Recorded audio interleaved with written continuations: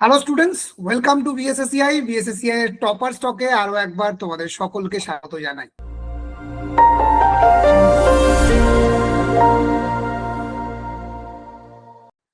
Net সেটের result হোক বা শিক্ষক নিয়োগের যে কোনো পরীক্ষা, রেজাল্ট বেরোলেই বিএসএসসিআই এর টপার স্টকের জন্য মুখিয়ে থাকে বাংলা এবং বাঙালি ছাত্রছাত্রীরা।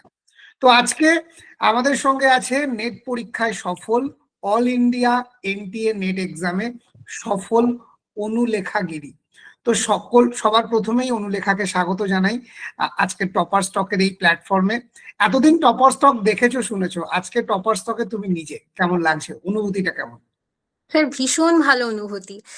এতদিন আগে আমি শুধু দেখেছি ইউটিউবে যে অনেক দাদা দিদিরা এসেছেন, ওনারা ওনাদের জার্নিটা শেয়ার করেছেন। তো আজকে আমি নিজে ওই জায়গায় আসতে পেরে আমার ভীষণ ভালো লাগছে। আচ্ছা, তো সবার আগে বলবো যে প্রত্যেকটা টপার স্টক আসলে আমাদের কাছে একটা ইন্সপিরেশন, এবং আজকে হ্যাঁ তোমার টপার স্টকটাও আগামীর যারা নেটের স্বপ্ন দেখছে, জেআরএফ এর স্বপ্ন দেখছে, তাদের জন্য ইন্সপিরেশন। তো সবার প্রথমে যেটা জিজ্ঞাসা করবো, বিএসএসসিআই এর সঙ্গে পরিচয় কিভাবে? স্যার, পরিচয় পরিচয় বলতে আমার একজন দিদি আপনাদের কথা জানিয়েছিলেন যে বিএসএসআই নামক একটা সংস্থা রয়েছে যেখানে নেটসেট সম্বন্ধে পড়ানো হয়।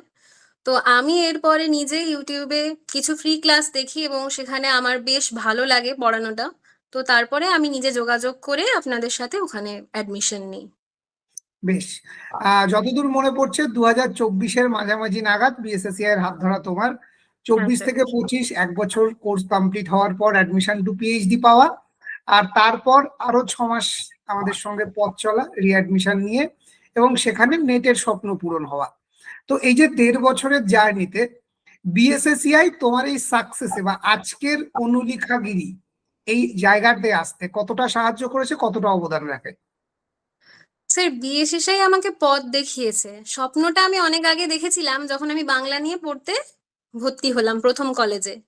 কিন্তু নেট কি বা নেট কিভাবে পড়তে হবে সেটা তো সম্পূর্ণভাবে জানতাম না। কারণ দুটো সম্পূর্ণ আলাদা জিনিস। আমরা মাস্টার ডিগ্রি করেছি, অনার্স পড়েছি।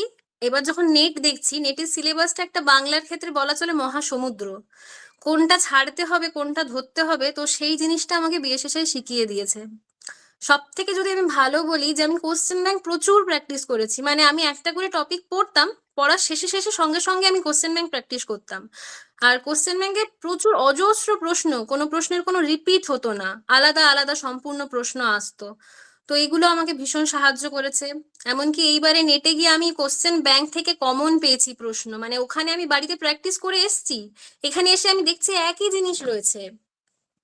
এবং এর পাশাপাশি যদি বলি পিওয়াই কিউ রয়েছে, তো পিওয়াই কিউ গুলো আমাকে প্রচুর সাহায্য করেছে। প্রত্যেকটা সালের রয়েছে আলাদা আলাদা, এবং যখন খুশি আমি সেটাকে নিজের মতো করে প্র্যাকটিস করতে পারছি। এর ফলে আমি প্যাটার্নটাও বুঝে গিয়েছিলাম যে কিভাবে করতে হবে। এছাড়া ম্যামরা স্যার বিভিন্ন ভাবে আমাকে সাহায্য করেছে, কিভাবে শর্ট ট্রিক্স বলে দিয়েছে যে কিভাবে নিজেকে আরো এগিয়ে নিয়ে যেতে হবে বা পড়াগুলো মনে রাখতে হবে। এইভাবে আমাকে নানা রকম ভাবে সাহায্য করেছেন ওনারা। আচ্ছা, তো বিএসএসসিআই মূলত অনলাইনে তোমাকে সাহায্য করেছে তার অ্যাপের মাধ্যমে, তার শিক্ষক শিক্ষিকাদের মাধ্যমে। আমরা যদি দুটো ভাগে ভাগ করি, এক হচ্ছে অ্যাপ তার ফিচার্স দিয়ে 24x7 তোমাকে হেল্প করে গেছে, আর হ্যাঁ স্যার। শিক্ষক শিক্ষিকারা তার লাইভ ক্লাসে বিভিন্ন কৌশলের মধ্যে দিয়ে। তো সবার আগে আসবো বিএসএসসিআই এর শিক্ষক শিক্ষিকারা আজকের অনুলেখাকে তৈরি করার পেছনে কতটা অবদান রাখে, বা ঠিক কেমন, কতটা কোয়ালিটি দেয় অনুলেখা? স্যার, প্রত্যেক স্যার ম্যামই ভীষণ ভালো। তবে আমি যদি ধরি পামলি ম্যামের কথা যদি ধরি, মানে আমার ভীষণ পছন্দের একজন ম্যাম, উনি আমাকে শিখিয়ে দিয়েছেন যে হার্ড ওয়ার্কের পাশাপাশি কিভাবে আমরা স্মার্ট ওয়ার্ক করব। উপন্যাস থেকে শুরু করে নাটক থেকে শুরু করে একটা অগাধ সমুদ্র বলা চলে, সেগুলো আমাদের সব কখনোই মনে রাখা সম্ভব নয়। তো ম্যাম দেখিয়ে দিয়েছেন যে কিভাবে নিজের জীবনের সঙ্গে আমি রিলেট করে জিনিসগুলোকে ছোট ছোট করে আমি মনে রাখতে পারবো। এছাড়াও যদি আমি অলংকারের প্রশ্ন বলি, তো অলংকার নির্ণয় করতে আমার অনেক সমস্যা হতো। সেখানে সৌভিক স্যার আমাকে সাহায্য করেছেন। ছোট গল্পের ক্ষেত্রে শ্রেষ্ঠা ম্যাম আমাকে ভীষণভাবে সাহায্য করেছেন। এছাড়া বিষ্ণু দে থেকে শুরু করে জীবনানন্দ দাশের যে কঠিন কঠিন কবিতাগুলো রয়েছে, সেগুলো বিনীতা ম্যাম ভীষণ ভালোভাবে সহজে আমাদেরকে বুঝিয়ে দিয়েছেন। তো প্রত্যেক স্যার ম্যামকে আমরা পাশে পেয়েছি। শুধু স্যার ম্যাম বলবো না, বিশেষের যে অন্যান্য ফ্যাকাল্টিরা রয়েছেন, অফিসে যারা থাকেন, যখনই ফোন করেছি, যখন যেটা অসুবিধা হয়েছে না কেন, সঙ্গে সঙ্গে, এমনকি আমি ধরুন কিছু প্রশ্ন পারিনি, তো ওনারা হয়তো সেই দিন জানাতে পারেননি, কিন্তু একদিন পরে ঠিক আমাকে জানিয়ে দিয়েছেন যে হ্যাঁ এটা এই উত্তরটা হবে। তো আমাকে ভীষণভাবে সাহায্য করেছে। বেশ, এবার আসি বিএসএসসিআই এর অ্যাপের বিষয়ে। সাধারণত অ্যাপ একটা টেকনিক্যাল জিনিস, যেটা আমরা এমন ভাবে তোমাদের সামনে হাজির করার চেষ্টা করেছি বিভিন্ন ফিচার্স এর মধ্যে দিয়ে।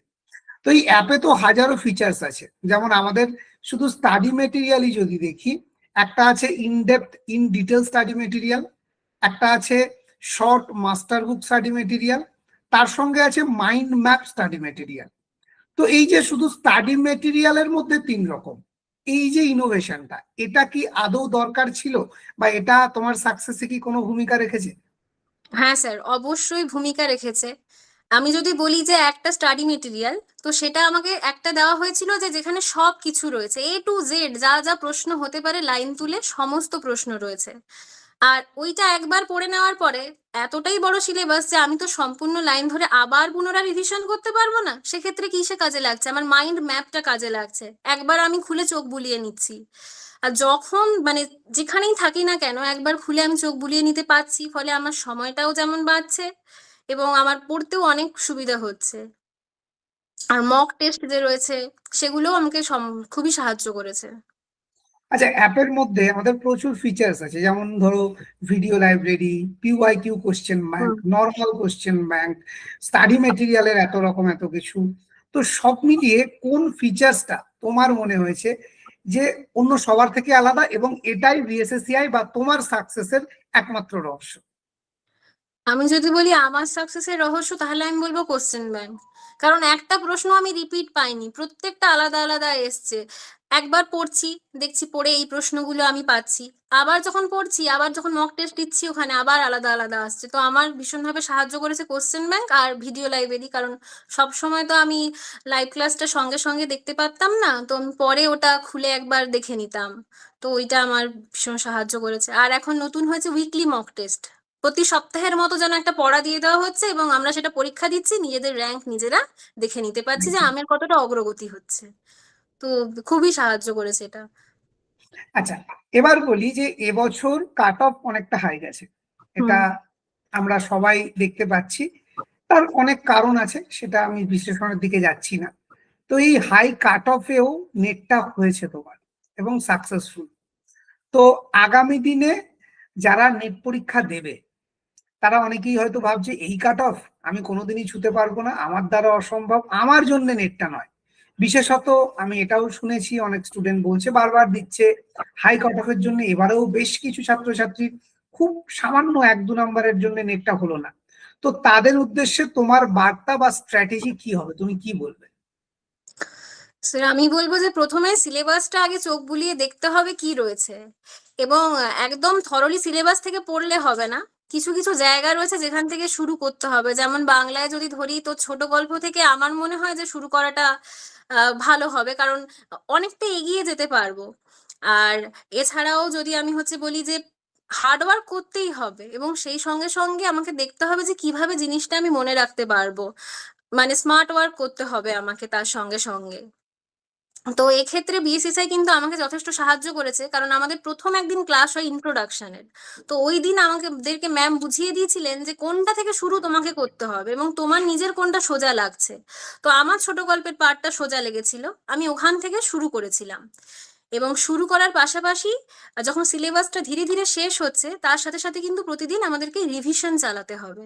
না হলে একবার সিলেবাস শেষ করে আমি কখনোই মনে রাখতে পারবো না।